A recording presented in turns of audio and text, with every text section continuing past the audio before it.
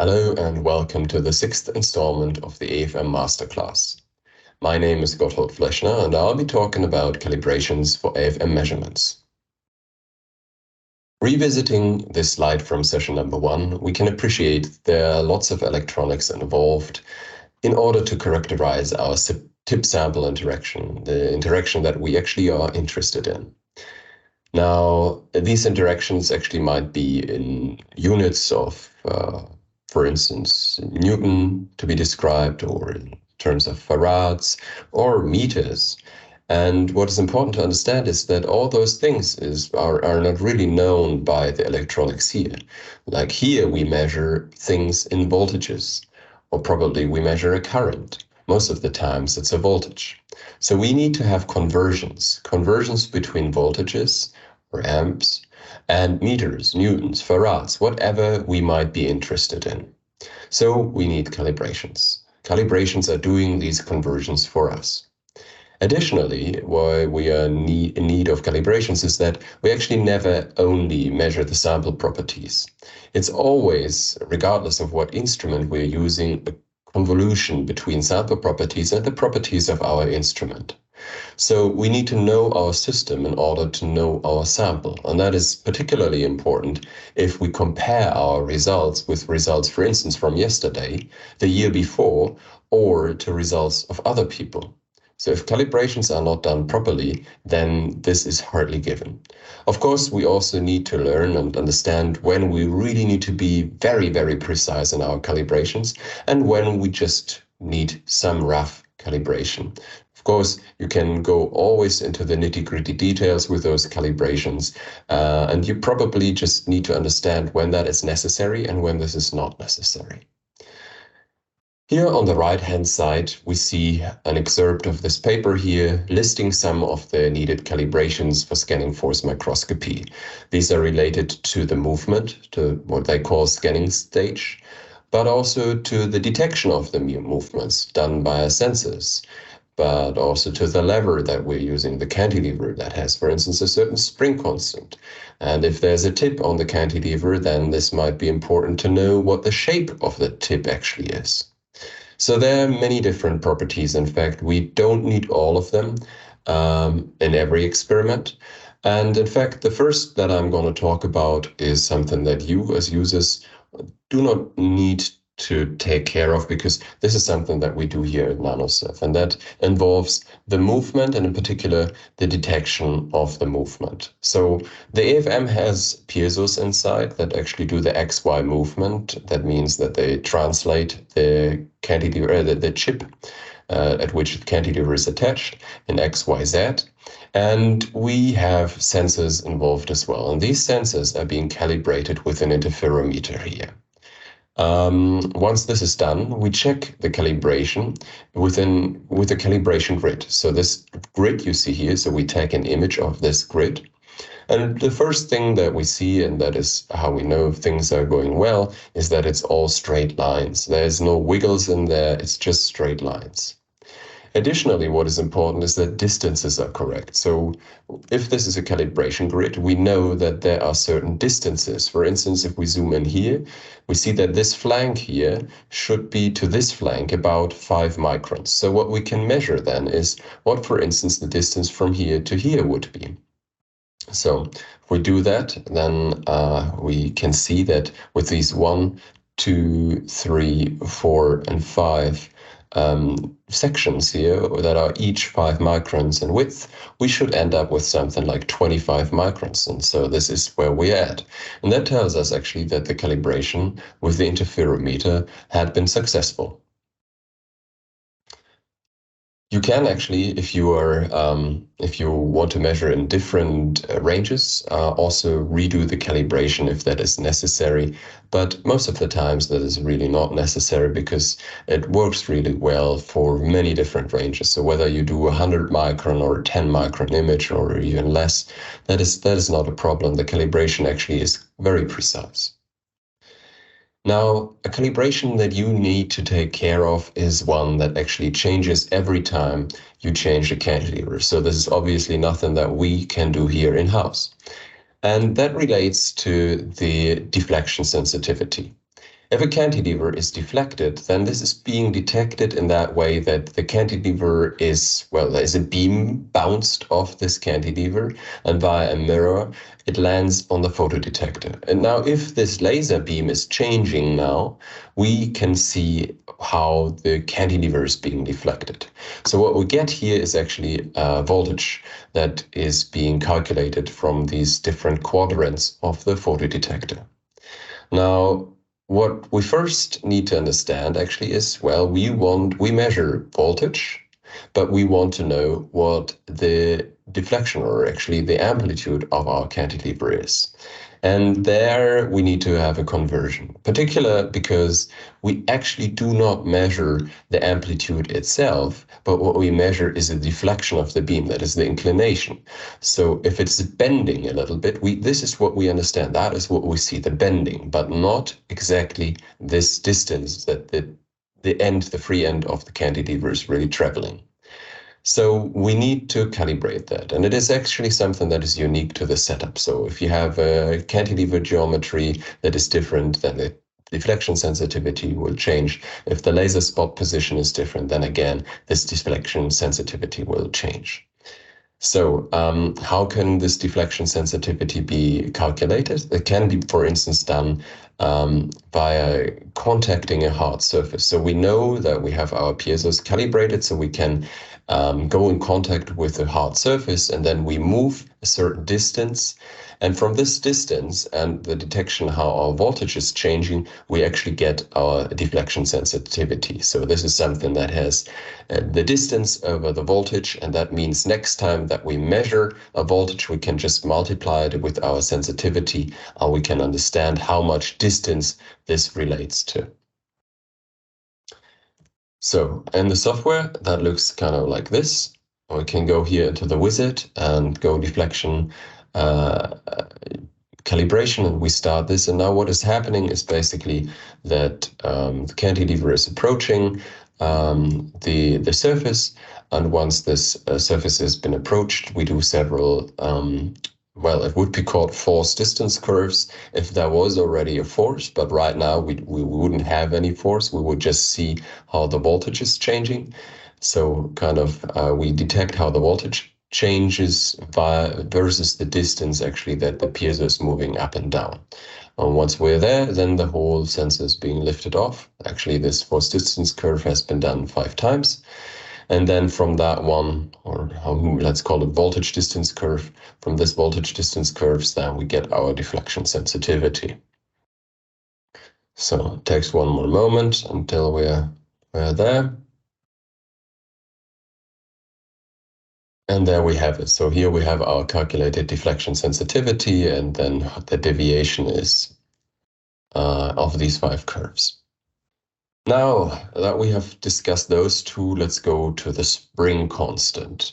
Spring constant is a very integral part of any AFM measurement. Typically what is done is that we record a thermal spectrum. So that means we look at the amplitude spectral density, and we see here somewhere in the region of the resonance of the cantilever this kind of signature here. And what we can do there is that we measure basically what the area really is below this curve, because the area below this curve corresponds to energy, the energy that is inside the system. And that is actually the thermal energy. So KBT is the thermal energy. And the area here below that curve, one can calculate, is proportional, or actually equals to the spring constant K times the expectation value of x squared, which is here the square of this amplitude spectral density. And what we then can use that for is to calculate the spring constant with this given formula. Now, it is not that easy, in fact, because there are some corrections necessary in order to do so, because a cantilever is not an ideal oscillator. So, for instance, it does not only have one single mode, not one single resonance frequency, but has also others. And there's energy, in, like the thermal energy, stored in those modes and those resonances as well. So one need to take care of that. Additionally, there's something relating to the fact that, as I said earlier, we are measuring, in fact, rather bending than amplitude. So there's another correction factor. That is all normally taken care of in the software. But as you will see, it's actually not the way how we do it in our software, for some different reasons. And one is, well, first, there is lots of correction factors. And second, and that is quite interesting and important, is that that way, if we now would normally go on and proceed to measure, like, no, actually, if we measure the spring constant in that way, as I just have described it, it depends on the deflection sensitivity from earlier. And that is actually something that had been found here in this paper from 2017, that this way of calibration is something that introduces a lot of uncertainty in, for instance, elastic modulus measurements. So you see here the same sample given to different labs, and they should just measure the elastic modulus, and you see how much their results actually scatter, just because they have done it that way that I just described, where we would indent or just go down onto a hard surface, and then later on do the thermal tune in order to get this sensitivity and the spring constant calibrated. So you see there is really a large variety of measured elastic moduli. Now, what we also shortly discuss later on is that to use a different procedure, and then you get much more reliable, much less spread data in your elastic modulus. So for that reason, we don't do it in that way that we use the thermal tune with this formula that I've just shown before. But also for another reason, if you do it that way and you have a sharp tip, you go down onto a hard surface, then what can happen is that you blunt your tip already before you start your measurement. Of course, you could do that later on after your measurement, but that also comes with a big risk of actually crashing the cantilever and the tip before you have, in fact, calibrated your system, which would be a pity. So we do it differently.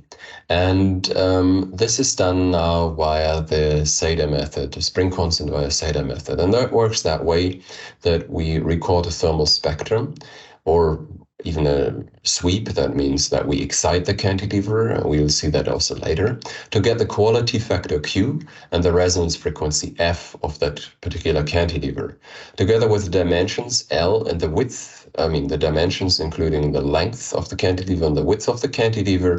We then can calculate the spring constant.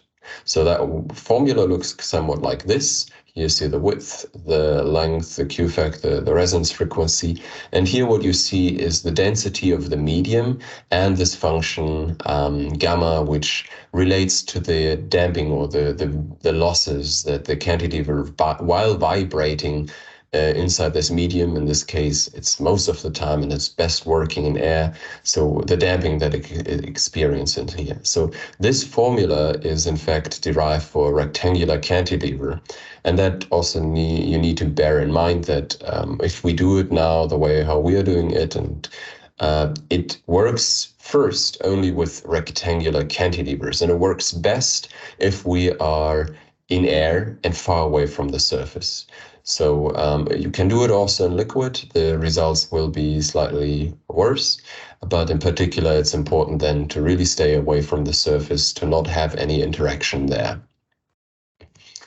So how do the dimensions of the cantilever, how are they accounted for? So we have here in our cantilever browser different cantilevers already inserted, so you can just click onto them and choose them. They have the length and the width included, and if you have a cantilever that does not yet exist in this database, you can just go into the cantilever browser and in fact introduce this new cantilever.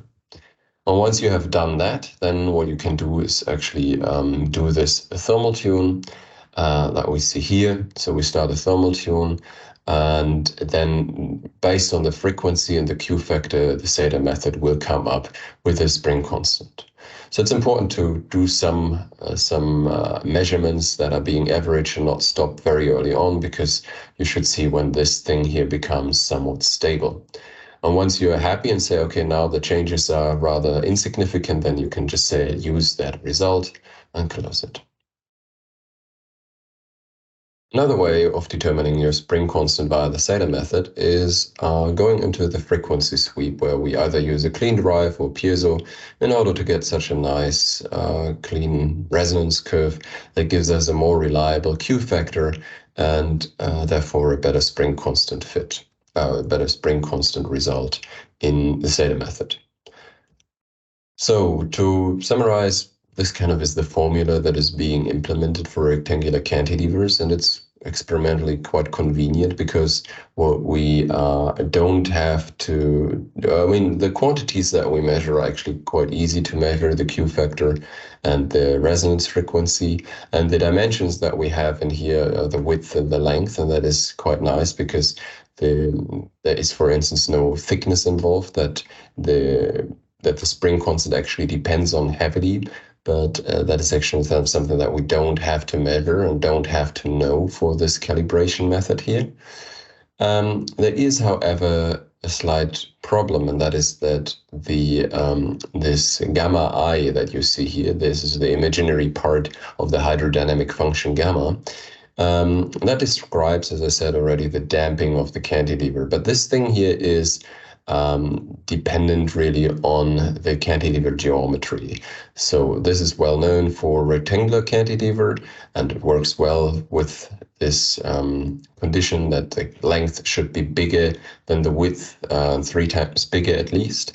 But what happens if you have, for instance, a triangular cantilever or cantilever that have some other shapes? And what you can do there is actually go to satormethod.org, and with those two methods that you have just seen, either with the thermal tune or with the frequency sweep, you take your resonance frequency from there and the quality factor, and then you can actually in the library there choose what kind of cantilever you have.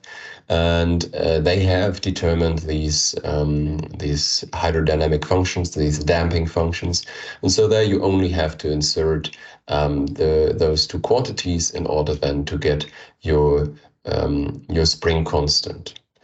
Another way actually of doing it, so this is actually quite nice way of doing it, because it has been, there's a calibration behind this initiative as well, that is via Doppler vibrometers.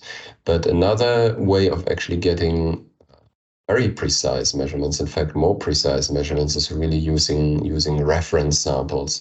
So here, for instance, we have something that would be available, for instance, from the PTB Braunschweig, and they have basically a MEMS system that they know very well and have calibrated that themselves with actually the pressure of photons, so really radiation pressure, and they know how much this MEMS system is reacting to a certain amount of force, so they know exactly what the spring constant is. And with this spring constant of this micro electromechanical system, we can use the spring, like we can actually calibrate the AFM probe. In this sense, for instance, you would know, like if you have a certain set point force and you scan across that one, then you should see a certain difference in the height.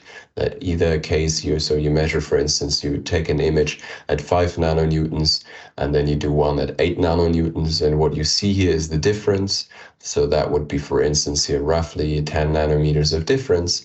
And that if then the forces were really the forces that they are given here, like 5 and 8 nanonewtons, then we can, given the spring constant of the MEMS system, see whether that is actually accurate, whether the delta Z here is the one that we measure is corresponding to the one that should be, given the spring constant, given the stiffness of the probe. So now that being said, so there are different ways of actually going with a spring constant, measuring it via the Sator method, or for instance, doing it with a reference cantilever or reference sample.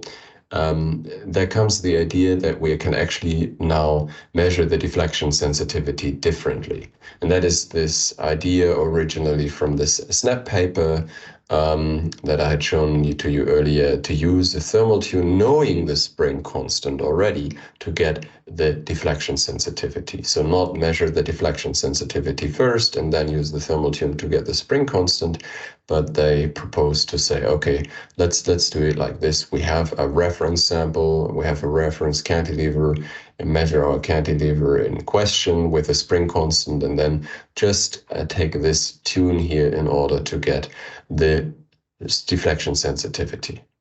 Now we do it slightly different because, well, we normally don't do a reference cantilever or some reference sample, but we use the Sater method in order to get the spring constant K, and then what we do is take the thermal tune here in order to get the deflection sensitivity. And that is done once we're happy here with our thermal tune, and we just take our spring constant. Then we have a certain script up here at the moment that says sensitivity from K, and then we have it then the 110 nanometers per volt. All right. So now there is a few more things for you to know when it comes to spring constants, and that is something that, for instance, is that can be relevant, particularly if the cantilever tip is a very different position than the free end, really. And that is that, in fact, if you do Sater method, you do not contact the surface, right? You have a non-contact measurement, which is, as I said already, quite advantageous, for instance, because you don't blunt your tip, you don't run into the problem with the calibration that, for instance, there is some soft material, biological material that will change the voltage distance curve and therefore affect then your sensitivity measurement and those kind of things. But what you need to account for is that once you now actually use your cantilever in order to interact with the sample, it will interact via the tip, and the tip might be at a certain position away from the free end. So this needs to be accounted for. So if you measure the spring constant with the Sater method, actually this is done automatically, and then what you at least automatically in the web applet, then what you see is that you have this formula that actually accounts for the tip position X in order to get an effective spring constant K. Now, another thing is the tilt of the cantilever. So cantilevers, for the reasons of detection or detecting the beam that is being bounced off them, they have most of the time some angle that there is that has an influence on the spring constant as well. There's also different impacts. For instance, if you do magnetic force measurements, you see that in the domains that, for instance, there is a certain contrast change due to the angle at which the magnetic tip is really probing those domains. So that is something that you need to be aware of, and typically this is already taken care of in this instrument. Now, what happens if you don't do a proper calibration? Just for illustrative purposes, we're having a look here now at some force indentation curve. And so if you, for instance, measure a wrong spring constant, then, well, this curve, your force indentation curve, shifts upward. Whereas if you have a wrong sensitivity, that might be looking somewhat like this, that you actually shift your curve down here, because first you measure the wrong, the cantilever deflects a different way. That means multiplying it with a spring constant, you actually measure a different force. And also the indentation is somehow different because, well, you have measured the wrong deflection.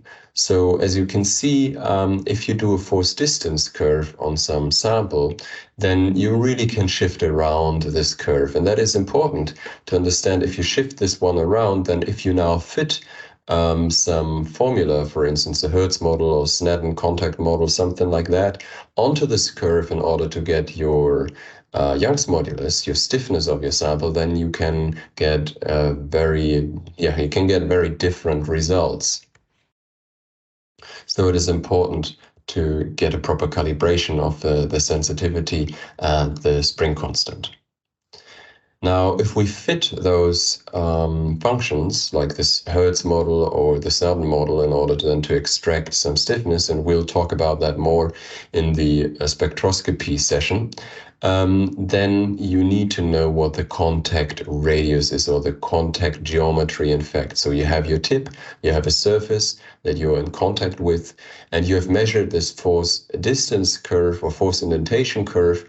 But in order to really get to the material property, the surface elastic modulus, you need to know what the area is there, or the radius of the area that you're in contact with. And there you see, for instance, depending on the indenter type that you're using, whether that might be a spherical one or a conical one, that there are different formulas that are all dependent on these tip geometry properties, for instance, of the radius of the tip or the opening angle of the tip. Those kind of things are therefore important to know and understand their impact on the measurement. So you see, for instance, here some microscopy image of these tips, and you see actually how flat they might be here at the very end. So instead of being really a perfect kind of conical indenter here. So if you really want to get proper values, that is, you need to characterize your tip very well. That means if you really want to go very, very precise, it might be in fact that you need to abandon the idea of just using the cantilever tips that you normally would use, but for instance go to spherical colloidal probes that you know the contact geometry very well. Alternatively, you can also try to get some determination, for instance, via electron microscopy, like done here, although this would be very tedious. But also you could go for things like tip reconstruction. So you can image, for instance, a very sharp feature and see how that feature would look like. There are, for instance, also some grids for that. And if you do that, then you can reconstruct the geometry of your tip, and that can be used then to go into these formulas here, into these contact geometries, in order to get a proper value for your elastic modulus. But also in other instances, the tip and its shape has an important influence. For instance, if we are talking about the tip radius, in conjunction with surface roughness, you might understand and see already here, this would be some simulation with, well, let's say a rather sharp tip compared at least to this tip here. So if this tip here would be much thicker, like here, then you see that this contour that we get of this corrugated surface here would give, in this case, a much lower surface roughness. So your roughness, in fact, would depend on that. Now, this would be here a little bit of an extreme example, because the corrugation here would be very big. So the features, the features, yes, they would be very close to each other. So therefore, it is not that simple to say immediately that you have to have an extremely sharp tip, and otherwise everything in your roughness measurements would be wrong. But it is important to understand and be aware of the fact that the radius might have an influence on your roughness measurement. Now, another remark, and then we are slowly coming to the end also, is about spring constants in general, just such that you know what actually we mean with a spring constant, because a spring constant is something that is giving you the proportionality of how to store energy into the cantilever. And with that, it comes that there is actually not a single spring constant. So, for instance, you need to see, and that is something that in the ways that I've just introduced you to now, like with the Seda method in our program, that there is a difference between, for instance, dynamic and static spring constants. So the dynamic and static deflection. So if you, for instance, just bend your cantilever, if you're going into contact with a surface, then this is a different bending as if I was to vibrate the cantilever in air. So this is a different shape that the cantilever has, and therefore the energy is being stored differently into it, and therefore the spring constant is different. We account for that. Now, there are, of course, other spring constants, for instance, torsional spring constant. So you might not only have a cantilever vibrating in longitudinal axis, so on the long axis, but it might be also vibrating in a lateral fashion, and that you have a torsion in there. And that comes, of course, again, with a different spring constant that needs to be calibrated. If you're working in higher modes, so not the vibration in the first mode, but second, third, or whatever mode, then these spring constants will be different spring constants than the one that you have just calibrated for the first mode. And that is something that is, well, is not the typical use case, so therefore we are not discussing it here right now, but is something that you should be aware of. One more word about electrical and magnetic mode calibrations.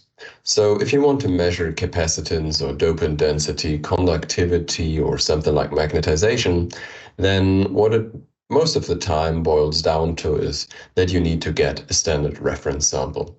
So if you know the sample and you know what should come out, then you can measure it and then use that as a reference, as a calibration, in fact, for your other measurements.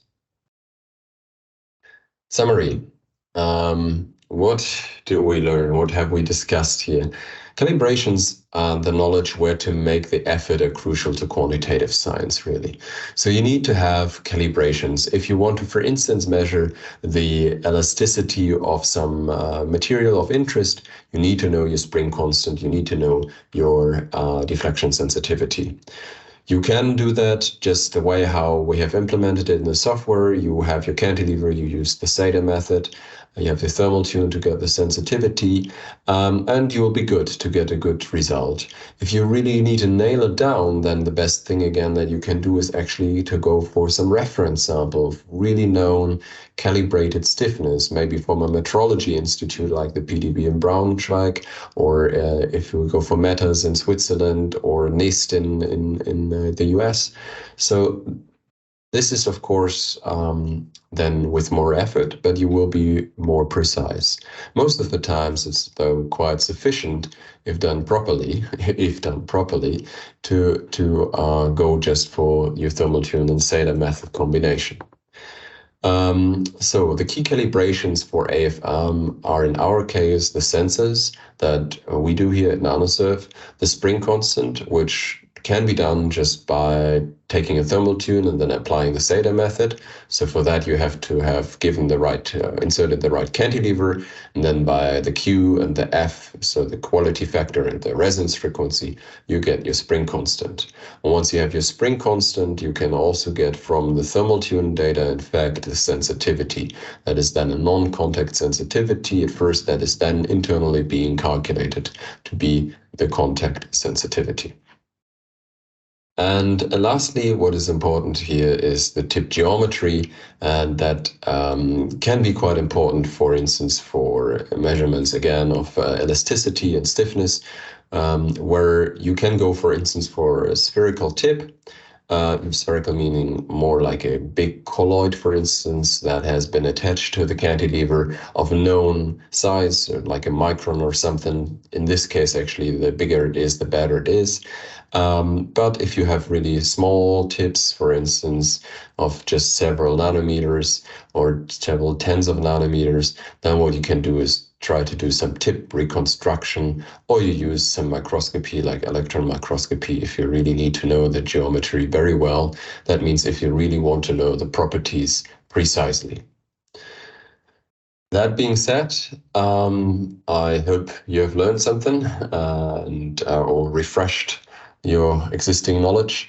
And yeah, we're happy now to take questions.